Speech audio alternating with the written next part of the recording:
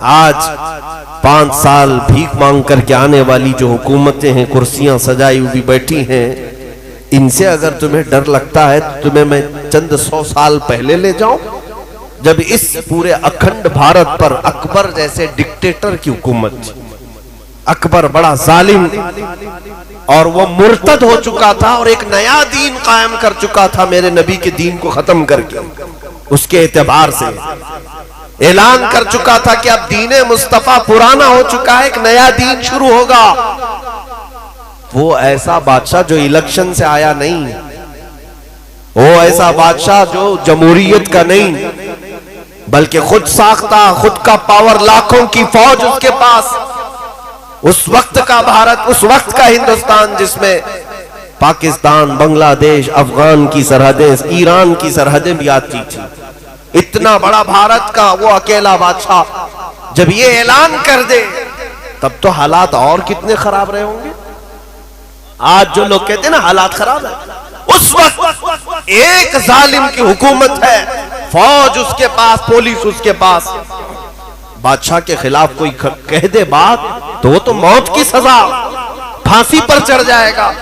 لیکن جب نیا دین وہ شروع کیا، علماء بھی تھے، مدارس بھی تھے، مسجدیں بھی تھیں، مسجدوں میں اس نے اذان بند کر کے سیپ بجانے کا حکم دیا تھا، منبر پر مورتیاں رکھی جائیں گی اس کے نئے دین کے اعتبار سے۔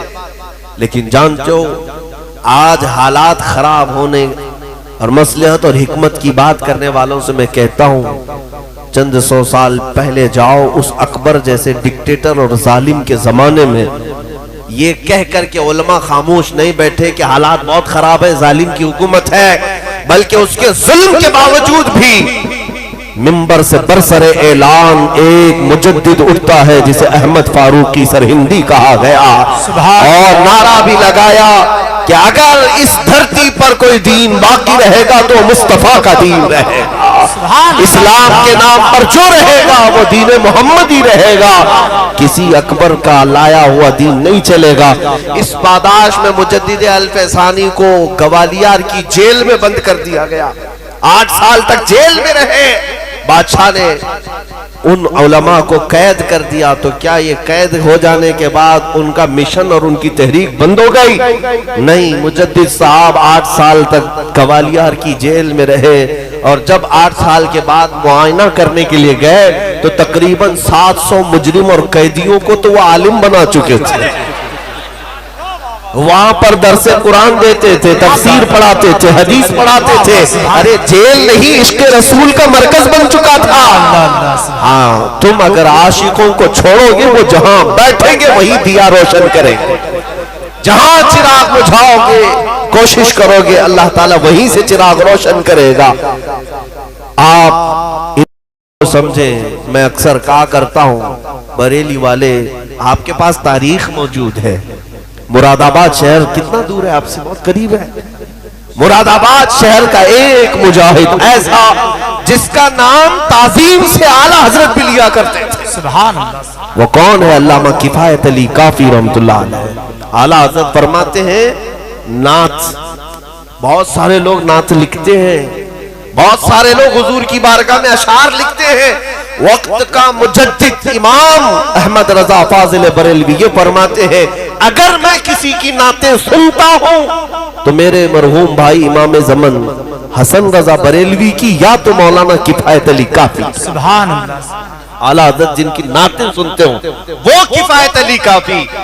ہاں، وہ ایسے ہی معمولی کوئی عام شخص نہیں تھا، ایسا عالم ربانی کے جس سے پورے انگریز تھراتے تھے، خوف کھاتے تھے۔ ایک بات یاد رکھو کہ ان ظالم حکومتوں کو اگر سب سے زیادہ ڈر لگتا ہے تو حق بولنے والے علماء سے ڈر لگتا ہے، جی بے شک۔ باقی یہ لاکھوں کی فوج ہزاروں کی تعداد سے گھبراتے نہیں، ان کو مار بھی دیتے ہیں، کاٹ بھی دیتے، لیکن ان کو پتا ہے ایک عالم حق بولنے والا اگر زندہ رہا تو پھر یہ کروڑوں کو بیدار کر دے گا۔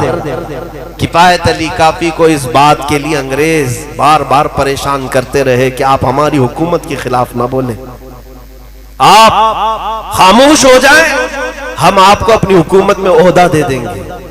ہم آپ کو نذرانے بھیجا کریں گے، تحفے بھیجا کریں گے جیسے دوسروں کو بھیجتے تھے، لیکن کفایت علی کافی وہ عاشق رسول تھے، فنا فی الرسول تھے، سودے بازی نہیں کی۔ جانتے ہو ایک عالم کو گرفتار کرنے کے لیے کتنے انگریز آئے تھے؟ 3000 انگریز آئے تھے۔ اسی سے اندازہ لگتا ہے کہ رسول پاک صلی اللہ تعالیٰ علیہ وسلم کی بارگاہ کا تربیت یافتہ جو ادنا بھی ہوتا ہے وہ پوری دنیا کا شیر ہوا کرتا ہے، اسے پکڑنے کے لیے بہت سارے کتے آتے ہیں، اس بات کو یاد رکھیں۔ 3000 لوگ آئے گرفتار کرنے کے لیے اور گرفتار کر کے لے گئے، وہ بھی یوں ہی نہیں، کسی غدار اور منافق کی مخبری کی وجہ سے۔ ہماری جماعت کا کوئی غدار تھا جس نے مخبری کر کے ان کو پکڑوایا، انگریز لے کر کے آئے تو دارالامارت میں رکھ کر کے مولانا کفایت علی کافی کو بار بار ٹارچر کرتے تھے، سزائیں دیتے، لیکن آپ ٹس سے مس نہیں ہوتے۔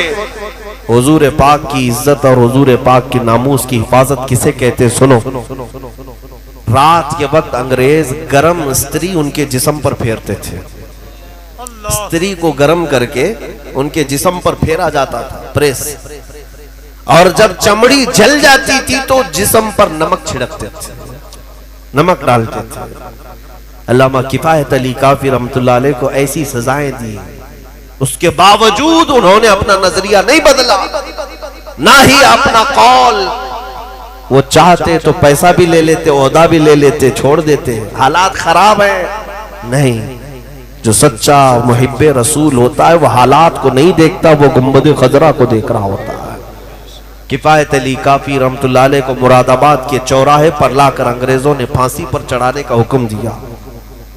یہ 1857 سے پہلے کی بات ہے، توجہ۔ مراد آباد شہر کے چوراہے پر جب پھانسی پر آپ کو چڑھایا گیا، اس وقت بھی آپ کی زبانوں پر اس زبان پر ایک ہی کلمہ تھا، کوئی گل باقی رہے گا نہ چمن رہ جائے گا، پر رسول اللہ کا دین حسن رہ جائے گا۔ سب فنا ہو جائیں گے کافی وہ، لیکن حشر تک نام حضرت کا زبانوں پر چلن رہ جائے گا۔ وہ یہ نعت پاک سنا بھی ہوگا آپ نے، مشہور ہے۔ اس کے بعد آپ کو پھانسی دے دی گئی۔ جو بات میں کہنے جا رہا ہوں سنو، علامہ کفایت علی کافی کو پھانسی دے کر، یہ ظالم بھی میری باتیں ہر چیز کوٹ کرتے ہیں، ابھی میڈیا چلائے گی دیکھیں، ہاں یہ دجالی میڈیا، یہاں سے کٹنگ کریں گے، یہاں سے نکالیں گے، اب بھڑکاؤ مولانا، پاکستانی مولانا، آتنکوادی مولانا، تمہارے سرٹیفکیٹ کی ہمیں ضرورت نہیں، تم چاہے دہشت گرد بولو، آتنکواد بولو، ٹیررسٹ بولو، تم دلال ہو، جو کچھ کہنا چاہو کہہ لو، ہم جو کرتے ہیں وہ میرے مصطفیٰ کی عنایتوں سے ہے۔ ہماری نظروں میں سند تمہاری کوئی معنی نہیں رکھتی۔ الحمدللہ ہم سچے مسلمان کل بھی تھے، آج بھی ہیں اور انشاءاللہ رہیں گے۔ میں جو بات کہہ رہا ہوں، کفایت علی کافی رحمت اللہ علیہ کو پھانسی دینے کے بعد 8 دن تک یہ جشن منائے تھے۔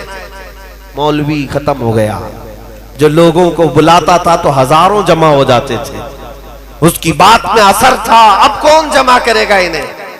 نبی کے نام پر جب کفایت علی کافی پکارتے تھے تو ہزاروں کا مجمع اکٹھا ہو جاتا، کہاں سے لوگ آتے پتہ نہیں چلتا۔ جب انگریز 8 دن تک جشن منا رہے تھے، ختم ہو گیا، مولوی کو ہم نے پھانسی پر چڑھا دیا۔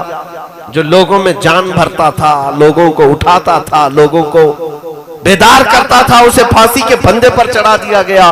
لیکن ان ظالموں کو پتہ نہیں قانون قدرت کیا ہے۔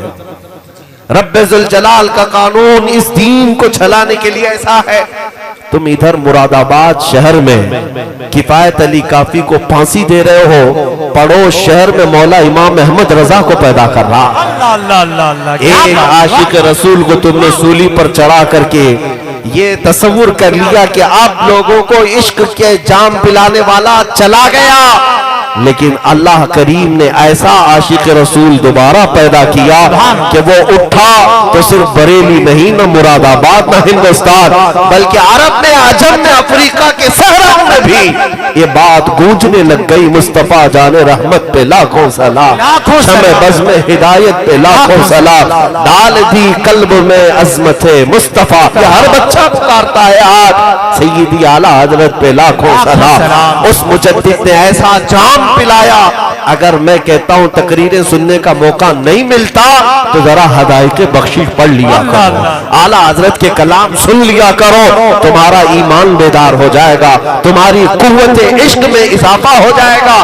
ہو سکتا ہے آج تقریروں کا رواج الگ ہو گیا ہے, خطابت کے رواج الگ ہو گئے ہیں, نپے تلے انداز میں الفاظ کو سجا سجا کر کے بیان کرنا نہیں. میرے عزیز و اعلیٰ حضرت کو اٹھاؤ. اگر کبھی تمہیں بے قراری ہو, بے چینی ہو, اعلیٰ حضرت کو پڑھو, وہ تمہیں ایسا جام پلائیں گے اگر آنکھیں بند کرو تو صرف گنبد خضرا ہی نظر آنے لگے.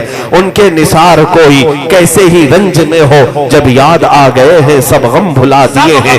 ان کی مہک نے دل کے غنچے کھلا دیے ہیں, جس راہ چل دیے ہیں کوچے بسا دیے ہیں. اس مجدد نے ہمیں عشق کا جام دیا ہے.